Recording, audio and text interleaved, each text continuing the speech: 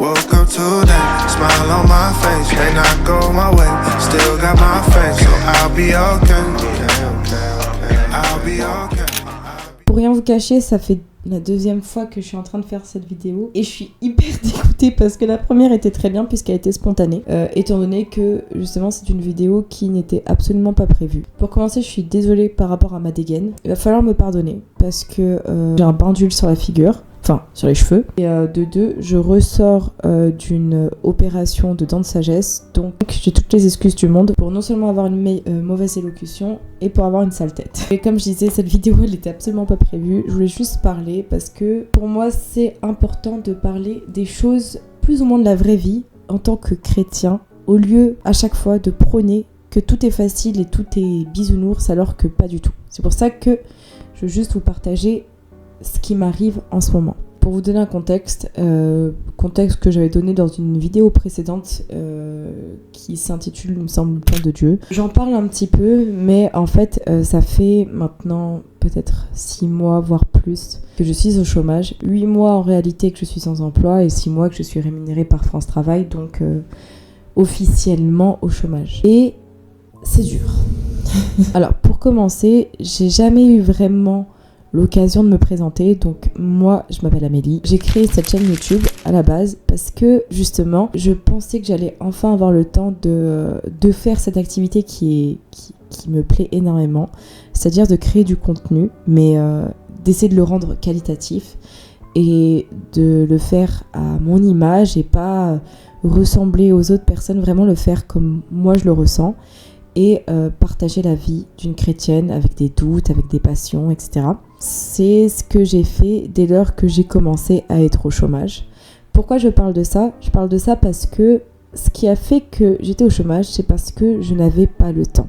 Si on repart du début, j'ai travaillé donc pendant plus ou moins 8 ans en restauration rapide. Avant, j'ai fait d'autres jobs, mais officiellement, j'ai fait 8 ans en restauration rapide dans différentes enseignes. À côté des études ou alors en temps plein. Et ça m'a apporté beaucoup de compétences. Je pense que ça m'a apporté aussi un certain changement de caractère sur certaines choses, du sérieux, une capacité à travailler, etc. Des amis. Ça m'a amené aussi des addictions, hein. Bien sûr, c'est pas à cause de la restauration même, mais c'est ça qui a alimenté mon addiction à la cigarette, que grâce à Dieu, durant cette période de pause, j'ai réussi à arrêter d'ailleurs. Donc voilà, ça m'a beaucoup aidé. Néanmoins, ça a jamais été la chose que je voulais faire. Le problème de la restauration rapide, malgré tous les horaires qu'on puisse avoir, je pouvais terminer à 1h du mat, comme il y avait dans un autre boulot, je pouvais terminer super tôt, donc au maximum 19h, ce qui est super tôt pour de la restauration rapide. Pour autant, les journées étaient à rallonge et t'as plus d'énergie à la fin. T'as plus d'énergie. Cette énergie, en fait, que je n'avais plus, j'utilisais du moins ce qui me restait un tout petit peu pour rien faire. Et en fait, j'avais jamais le temps ou l'envie de chercher Dieu et de chercher ce que je voulais faire ou d'alimenter ce que je pouvais faire tout simplement plus tard, quoi. J'arrivais pas à y penser parce que j'étais trop fatiguée. Et je fais pas du cinéma parce que vraiment ça reste un métier qui est très physique, qui est très prenant, aussi bien physiquement qu'émotionnellement parlant, parce que t'as des clients où tu vois vraiment que le Seigneur cultive ta patience. Voilà. Donc avant ou pendant ces jobs alimentaires, j'ai fait des études soit c'était des études, j'ai pas envie de dire sans intérêt, mais sans réel débouché ou à débouché complètement bouché ou sans réel débouché tout court, soit alors en fait les portes se refermaient parce que c'était absolument pas ce qui me convenait, soit c'était trop cher. J'ai essayé de sortir plusieurs fois de la restauration rapide en changeant de parcours, en essayant de me réorienter, en essayant de travailler dans un autre secteur, en reprenant les études. Encore une fois, les portes se sont fermées, donc je pense que c'est pas pour rien. Et un jour, je me suis dit, il faut vraiment que tu démissionnes, Amélie, que tu démissionnes et que tu trouves un autre job à la rigueur, voilà, ou juste que tu prennes un mois où tu puisses chercher un travail, mais en même temps te poser pour reprendre ta vie en main, ce que tu veux et aussi ta relation avec Christ, parce que j'étais dans la foi, j'étais réellement dans la foi, mais c'était très compliqué de pouvoir avoir une vie d'église, avoir des confrères, des consoeurs à l'église. Enfin, c'était vraiment compliqué. Ce qui s'est passé sans que je ne demande rien, quelque chose de très rare que pratiquement aucun patron ne fait. Donc, pour moi, je le remets seulement à Dieu, seulement à Christ. C'est qu'on m'a proposé la rupture conventionnelle.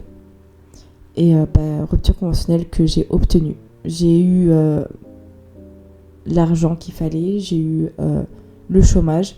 J'ai attendu, ça a été une épreuve aussi, mais j'ai eu plus qu'il n'en fallait, et tout ça grâce à Dieu. Et je me suis dit, à partir de là, c'est it's a party en fait, c'est la fête. Je me suis dit là, je vais faire un comeback.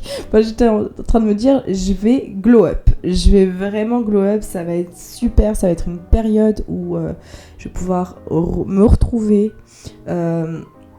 en Christ, avoir ma relation avec lui pleinement construite, me renforcer spirituellement parlant, pouvoir prendre soin de moi aussi. Et bah non. Ce qui s'est passé, c'est que les premiers mois ont été, je dirais, super. C'est comme quand tu passes à l'âge adulte, que t'as ton premier travail, que t'as ton premier loyer, etc. Et que t'es là, genre, enfin ton premier appartement, et que t'es là, bah tiens, une facture. Ah bah tiens, je savais pas qu'un panier, même chez Lidl, ça coûtait aussi cher. Enfin tu vois, genre, voilà, les réalités de l'épreuve en fin de compte. C'est vraiment ce qui m'est tombé dessus, parce que les mois sont passés et un peu comme un hamster qui tourne dans sa roue, c'est un peu ce qui est en train de se passer. Là, bah, moi, je tournais en rond. Je tournais clairement en rond.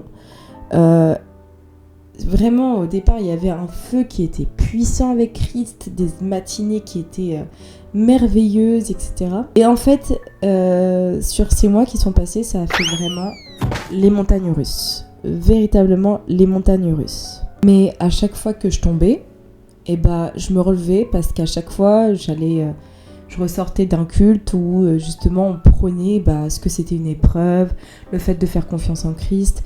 Pareil, je lisais beaucoup de passages inspirants, beaucoup de louanges, beaucoup de vidéos inspirantes, etc. Mais à chaque fois, c'était le même cycle. À chaque fois, je retombais, je ressombrais, on va dire, et je me relevais. Mais je ressombrais vraiment doucement, quoi.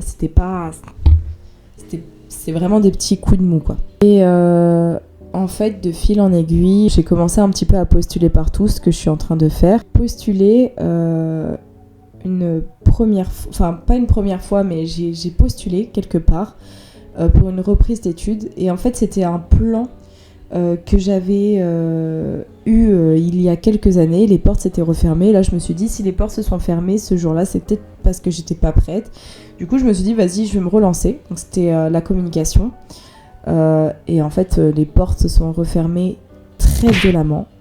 Néanmoins, c'est vraiment ce que j'avais demandé à Christ, parce que je voulais pas qu'on me donne une réponse entre le oui et le non. La porte, elle a été refermée très, très violemment, mais elle a été refermée, ce qui m'a valu un gros coup de mou. Vraiment, à partir de là, c'est là où je pense que ça a commencé un petit peu à dégringoler dans mon univers, dans ma tête. C'est à partir de là que j'ai décidé toute seule de fragiliser ma relation avec Christ. C'est aussi à partir du moment où je recherchais pas tout simplement à être renforcée dans cette épreuve que j'ai décidé de me refermer, de plus trop parler, ou alors de le faire passer en premier, que j'ai subi énormément d'attaques, je trouve, d'ordre spirituel à physique. Il y a quelques mois, j'ai fait un coup de déprime, en fait, où je voulais pas sortir de mon lit.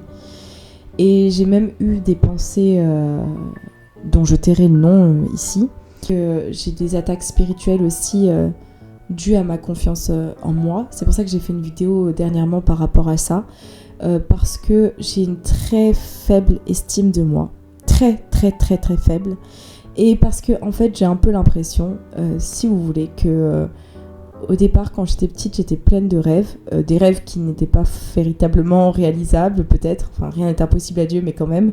Enfin, c'est pas ça, c'est qu'ils étaient plus alimentés par l'orgueil. Et là, en fait, j'ai des rêves qui se sont construits. Et je vois des gens autour de moi réussir ces rêves. Et ça a alimenté de la jalousie, ça a alimenté de la tristesse, ça a alimenté de la haine.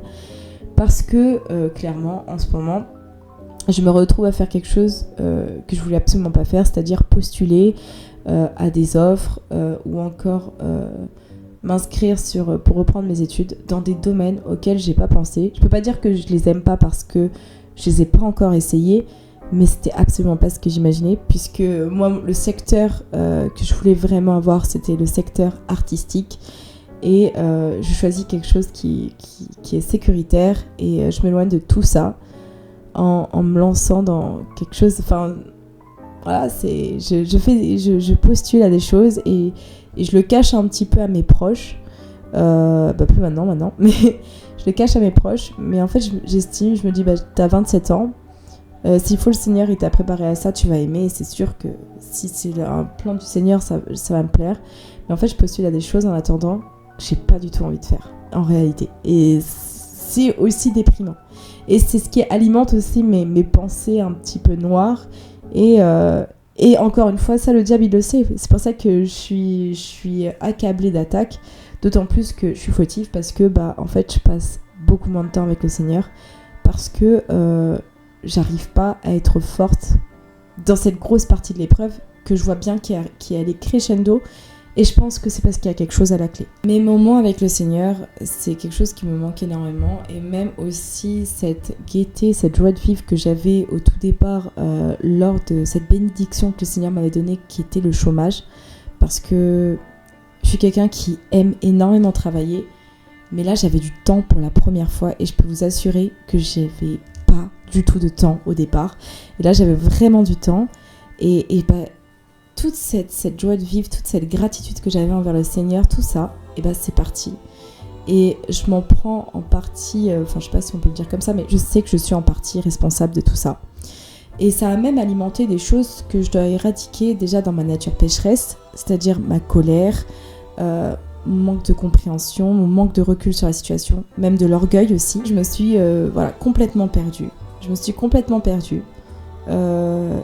J'étais en recherche, je parle d'il y a quelques semaines, peut-être quelques jours, en recherche de gloire, en recherche d'une échappatoire en fait, où je me disais mais qui est-ce qui va venir me sauver ? Parce que j'ai l'impression que Dieu ne veut pas me sauver. Je me suis même dit ça. Pour être honnête, je me suis dit que Dieu voulait pas me sauver parce que j'avais fait trop de choses mal dans ma vie. Je me suis dit en fait, j'ai pas de place ici. Personne ne le comprend, personne me comprend quand je dis que je suis vraiment dans l'épreuve. C'est quoi mon don à moi ? Parce que en fait, c'est vrai que ça reste compliqué de voir les gens autour de toi réussir. Et même au-delà de ça, en fait, à un moment, tu te compares même plus parce que ça fait longtemps que tu es dans l'épreuve. C'est même pas tu te compares, c'est juste t'as envie que ça t'arrive. Et je sais que mon échappatoire jusqu'à maintenant, c'est devenu TikTok. J'ai fait que scroller. Je sais que c'était déjà une addiction auparavant. Mais j'ai fait que scroller. Et je sais que je faisais ça parce que ça m'empêchait non seulement de réfléchir, et donc d'avoir des mauvaises pensées, puisque jusqu'à maintenant, j'arrivais pas à me reconsoler dans les bras de Christ. Et aussi, ça me permettait de voir un petit peu que les autres réussissaient et pas moi. Et je sais pas pourquoi, j'avais besoin de renforcer ce truc de regarde, les autres ils réussissent, c'est pas toi, tu vois. Et encore une fois, ça, le diable il aime. Parce que tout ce qui est manque de confiance, etc., manque d'estime, ça il aime. Il veut juste nous nuire. C'est que ce temps de pause, ce temps de chômage, ces quelques mois qui, à mon avis, c'est pas terminé, il les faut parce que je vois que, en prenant du recul, je vois que ça m'a permis de prendre du temps sur des choses sur lesquelles j'aurais pas pris de temps. De prendre du temps, en effet, sur mon mariage, de prendre du temps pour ma famille aussi, de prendre du temps pour mon église, et de prendre du temps même pour tout ce qui est vidéo, etc. Parce que c'est quelque chose que j'aime faire et j'ai découvert d'autant plus là. Et tout ça, j'ai voulu l'abandonner d'un coup. J'ai perdu courage. J'ai vraiment perdu courage et je sais que ça peut pas m'arriver qu'à moi. Je voulais partager un verset pour clore cette vidéo parce que je sens qu'on va tourner en rond un petit peu. La Bible est un message d'encouragement à elle seule.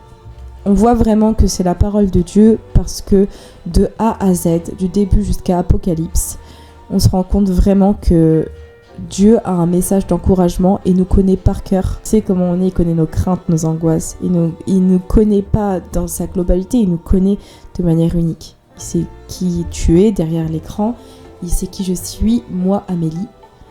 Donc voilà, je vais vous partager ce verset. Donc, pour le contexte, déjà, on est dans 2 Chroniques, chapitre 15.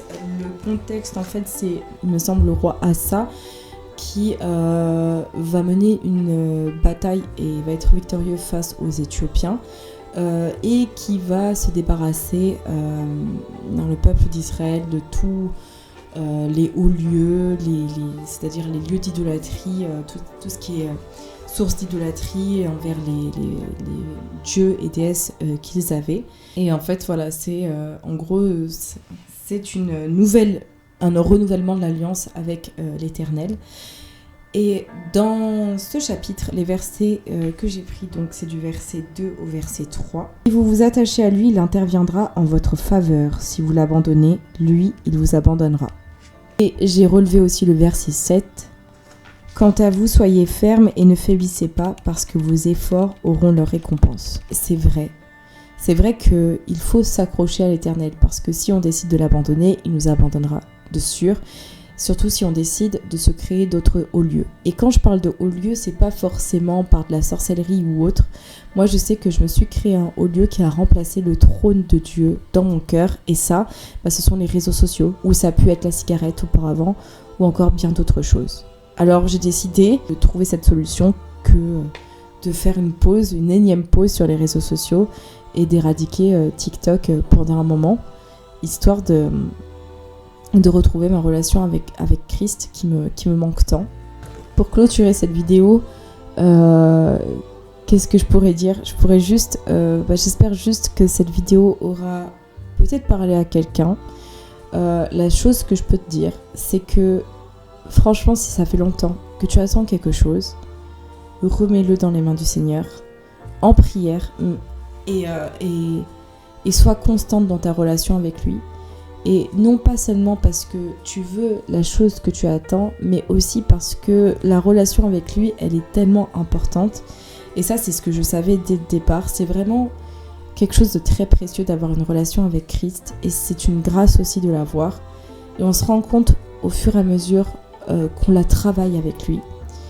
Et pour ce qui est de la chose que tu attends, même si tu es dans l'épreuve depuis longtemps, ne t'en fais pas. Cela viendra. Cela viendra pour sûr. La deuxième chose aussi que je pourrais te dire, c'est effectivement d'abandonne pas comme moi j'ai abandonné. Parce que c'est vrai que sur le moment, ça nous donne l'envie d'abandonner, ça nous donne, même quand on attend depuis longtemps, quand on n'a pas de réponse, quand le Seigneur est silencieux avec nous, c'est bien souvent pour nous montrer dans ce silence quelque chose sur lequel on doit travailler, ou pour renforcer notre foi, ou pour je ne sais quoi, mais fais preuve de discernement dans ce silence justement.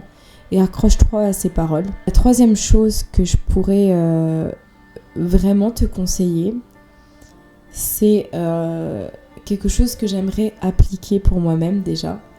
C'est peut-être me rappeler de toutes les bénédictions qui ont été faites jusqu'à maintenant pour moi. Parce que en fait, dans l'épreuve, on a tendance à être ingrat. En fait, généralement, on peut être ingrat soit parce que ça y est, on a eu ce que notre cœur désirait et à ce moment-là on décide d'abandonner Christ, soit parce que on n'a pas eu ce que notre cœur désirait, ça fait longtemps, et dans ce cas-là on décide de se débrouiller par nos propres moyens et au final la situation est pire qu'on ne le pensait. Je suis vraiment désolée pour les bruits de travaux derrière. C'est tout ce que j'avais à dire sur cette vidéo. Je pense que je pourrais en parler pendant des heures de l'épreuve. Hormis le passage de Chronique, il y a plein d'autres passages qui en parlent. Il y a Job, un des meilleurs passages bibliques que tout le monde ressort pour une épreuve. Mais voilà, tout ce que j'ai à te dire, c'est que tu n'es pas seul déjà pour commencer. Que c'est bien aussi d'en parler parfois à des frères et sœurs en Christ. Mais que le mieux, c'est de rester accroché à Dieu. Parce que tu n'y arriveras pas seul. Tu n'y arriveras pas seul. Mais l'épreuve, en fait, elle n'est pas là pour rien. Elle est juste là pour te renforcer, te fortifier, non seulement pour la prochaine épreuve, mais pour être au plus proche de Dieu, parce que c'est ce qu'on veut en premier lieu. Ne t'en fais pas, la bénédiction viendra, mais ce que tu recherches en premier lieu, c'est le cœur. C'est ce que Dieu il veut, il sonde les cœurs. Donc voilà, j'espère que cette vidéo t'aura parlé. Moi je vais arrêter de parler parce que j'ai super mal à la dent. Et je te souhaite une bonne journée, une bonne soirée en fonction de l'heure à laquelle tu regardes cette vidéo. N'hésite pas à me soutenir et activer la cloche ou tout simplement t'abonner ou liker cette vidéo ou lâcher un commentaire ou tout. Voilà. Et bisous, sois bénis.